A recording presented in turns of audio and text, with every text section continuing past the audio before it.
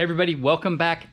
This time at the Red Barn, it is a geek fest of the highest order. Oh, and if you're new to the channel and you don't know what's going on here, we spend most of our time working on a couple of hot-rodded 914s. You can see here the LS3 swap 914 and the no drivetrain in it Ferrari swap 914, which is the focus of this episode.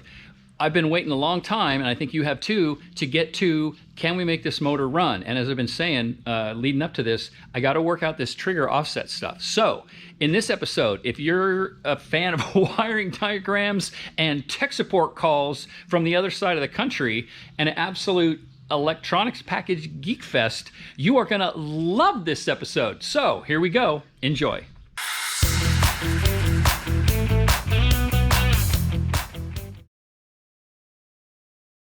Well, this fender vent sure got a lot of comments. I thought everybody was going to be kind of like part of me is, which is like, don't do it. It's too risky, and I think it is. I think it is too risky. I have said to many of the folks who have either been at the Red Barn or my 914 buddies have heard me say, almost no modifications to 914 bodies look good in my opinion.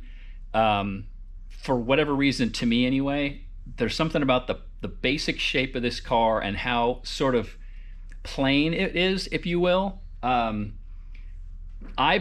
rarely seen changes to the bodies that I think look good.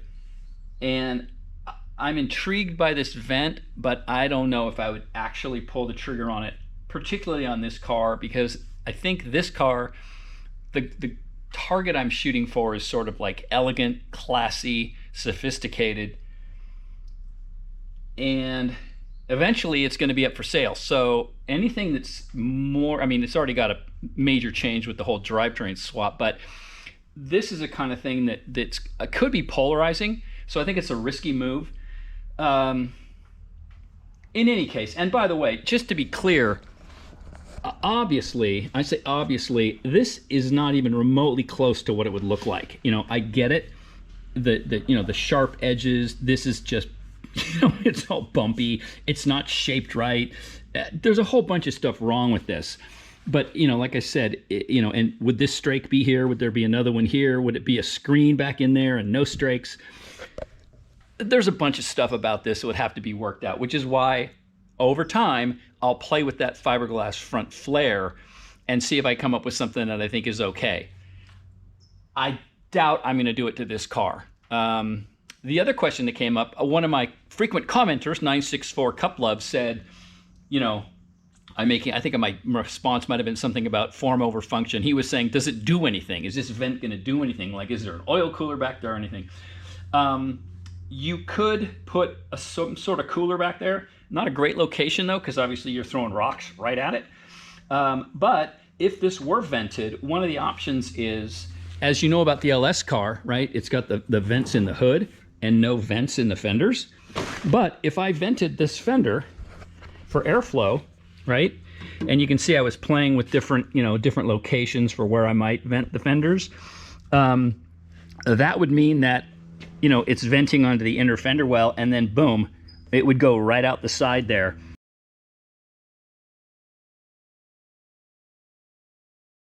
And not disrupt anything under the car. So I could claim that that was helping with the air cool or the water cooling airflow to get it out from under the car. Anyway, that's all I'm going to talk about the vent for a while. I really need to get back to making, to a focus on making the engine run. So let's do that. 914 Ferrari 360, Porsche with the Ferrari engine. All we're trying to do today is figure out the trigger offset, because I can't get to seeing any of this, either the cam position marks or the crank marks in a convenient way when the motor's in the car. Now, I've never put power to the VCU. Looks like you're good to go. Okay, so Perfect. I'm going to ground the battery and the ECU together for the first time. Okay. Okay, nothing happened. That's good.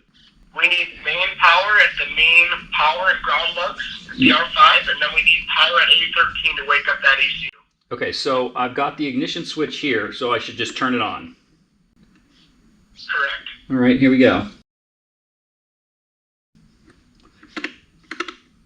Okay, it just lit up the VCU. Just like that, we're live, and everything looks like we're on a bench tester with very minimal items connected. Yeah. That's why I got 14 DTCs telling me that intake air temp, coolant temp, injector outputs aren't connected, but we know that, so I'm expecting that. I'm going to close the door so I can see better. It's really bright in here. Crank it over, shoot for your 0 mark, and let me know what you see. I'm going to start you out at 20 degrees, okay? Okay, here we go.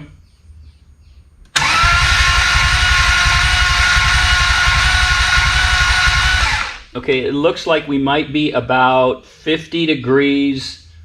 I'm going to say counterclockwise.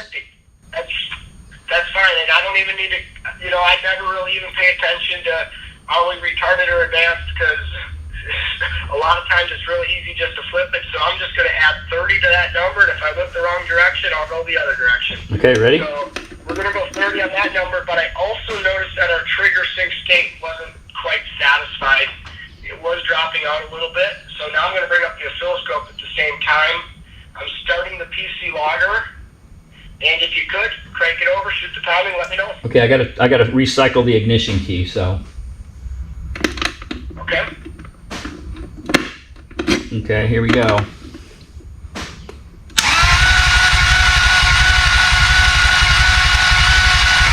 I'm not getting any timing light now. Turn it off. Prepare to start it, but don't crank it. I want you to be prepared so you can just crank it this time. Okay, I'm turning it off, and now I'm turning it. Now it's on, but not now. It's prepared to crank.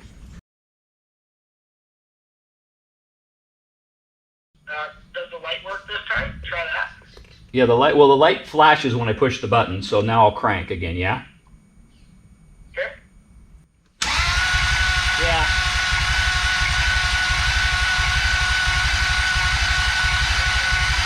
It looks like it's in about the same spot it was before.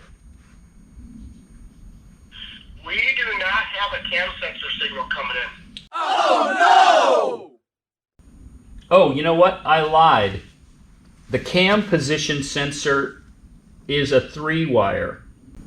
So that's going to be a Hall effect, and then I'm going to enable the pull-up, and that should solve that mystery. Okay, my mistake. The crank position sensor is a 2-wire. Yep, and that looks great. If you could. Recycle and go again. Yep.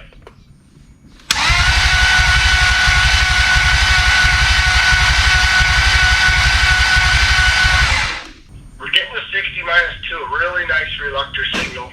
Real nice sine wave. 3.5 volts on cranking. I got nothing from your cam sensor coming in. But that's okay. We don't really need the cam sensor right now. But it's weird, that timing mark looks like it's staying in the same place. Okay, I'm going to add 30 to that number. Try it.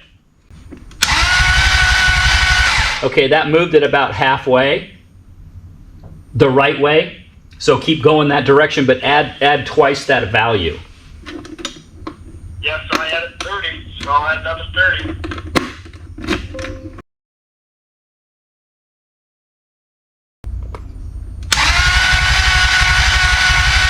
You are about 3 degrees away. Okay, so we're plenty close enough to fire it up. Oh, really? We are shooting it at the crank, and we're only half synced.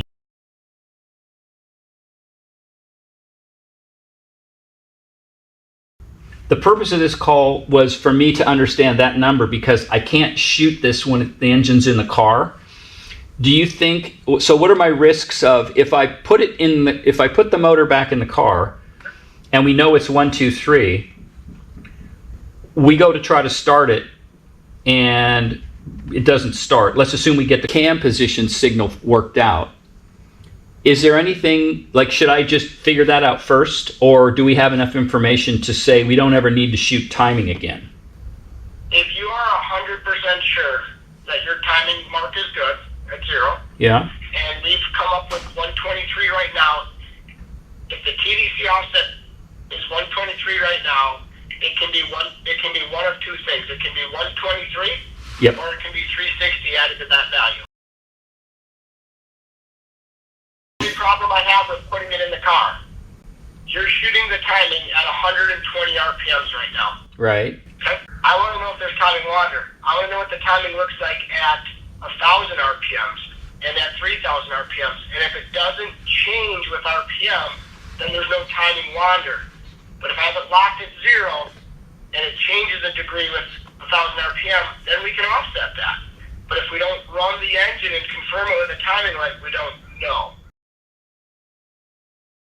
All right, I'm jumping in here. I'm recording this after all this other stuff that you're about to see happened to explain a little bit about timing wander. That's a term I'd never heard of, and I thought, you're shooting timing at a crank, on a position on the crank. Isn't that always going to be the same? What could wander? And then I was thinking through some stuff, and I thought, well, is he talking about the relative position of the cam and the crank? Meaning, like, on a motor like this, if the belt was loose or the belt tensioner was out of adjustment or something, and the cam, relatively speaking, cam to crank relationship could change. Is that what he's talking about?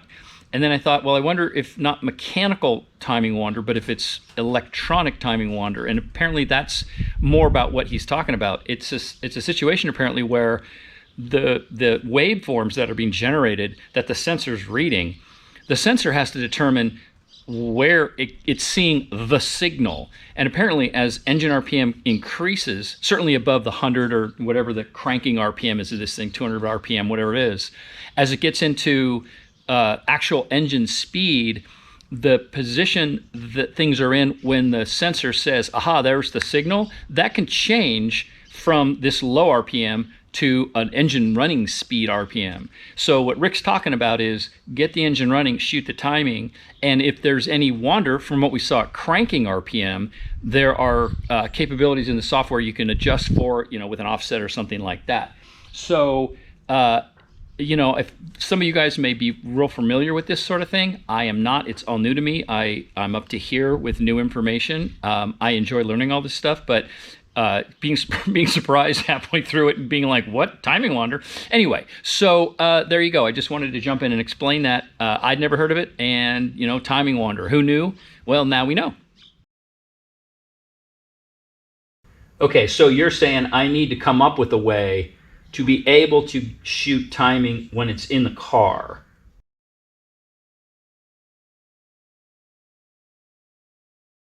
I'm going to have to debug this, but to your point, we've got the crank information, and now I got to work out what so it sounds like I might have wired it wrong, you think? It looks, based on what you're seeing, there's just no signal. Not seeing a signal at all. Yeah, check the wiring. Okay. Okay, cool. There we go. So, Cool, Chris. All right. we made progress. Yeah, we made progress. Cool. All right. Well, I appreciate your time. I will get this sussed out and figure out what's what, and I'll be back in touch. Okay. Thanks, Cool. Chris. Cool. Talk to you then. Thank you. All right. Bye. So there we go. It appears that I'm not getting a cam position signal. So I gotta go back through and figure out if I've got it wired correctly. But at the very least, we've got the motor firing and the timing light good on top dead center on the crank. We've got the trigger offset figured out, and it's either the value we currently have, which is 123 degrees, or it's 360 degrees more. But we won't know that for sure until I get a cam position sensor signal. So I'm going to go to work on that. But there you go, one step closer. And the good news is everything's working. The smoke did not escape. So one step closer. Well, I think I've proved to myself that I either can't read Italian, even if it's been translated to English on the Ferrari wiring diagram. But the long story short is I had the cam position sensor wired incorrectly. and I worked out what it should have been. There's, you chase this stuff down, all this other great stuff, and then I proved out, I found a great tech support article on the Haltech site about how to sort of debug or figure out which pin is which in a Hall effect sensor. So I ran through the test, verified it, double-checked that with what I found online for how the pinout for that cam position sensor is supposed to work, and here is the result. I'm in the oscilloscope in the Haltech NSP software, and I'm going to go ahead and crank the motor here real quick.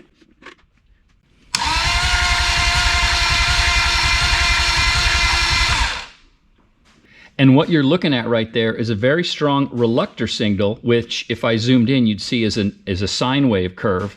And this is the cam position sensor, which is a Hall effect, which generates the square wave. And I was on the phone with Rick from Haltech. I did this on my own at first, and then he dialed into a remote session, and he was very happy. He's like, that looks great. You've got very strong signals, and everything's lining up exactly what's going on here. And just to, again, I'm all new to this, but you can see those gaps right there. Those are the missing teeth on the system where there is no signal. So we are good to go. I am very excited. And man, this is, as I mentioned to Rick, this is like being chucked in the deep end of the deep end.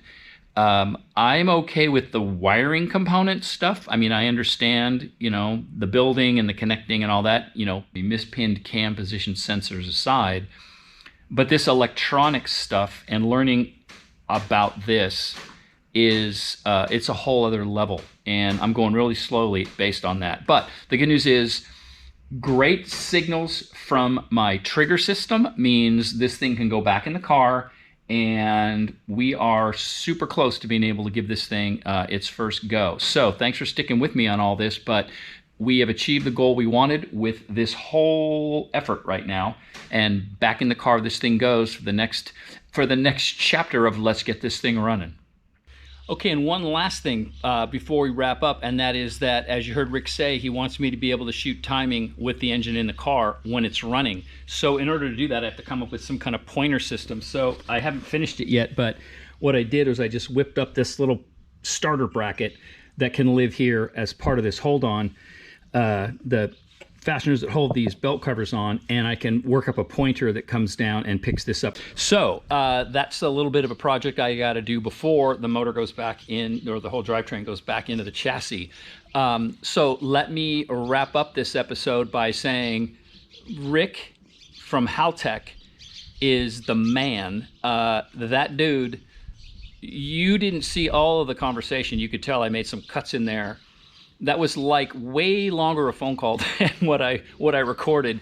And as you know, I don't know this stuff, so I'm sure I tested Rick's patience with my questions and asking for things to be explained 3 different times.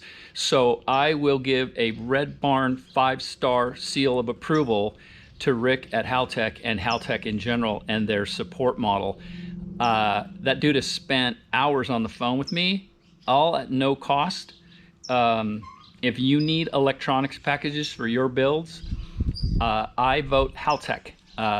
You guys know there's going to be something going on with that Maserati motor over there. I have a plan in mind for it. It's not going in racer Benz. I won't get distracted. You'll hear about that later on. But let me tell you, for me, it's going to be all Haltech all the time. So Rick, if you're watching, thank you, thank you, thank you. You're on my Christmas card list forever. And I couldn't do it without you, so thanks again, my friend. And to everybody else, everybody like, share, subscribe, tell all your friends, and we'll talk again real soon. Y'all take care now. Bye-bye.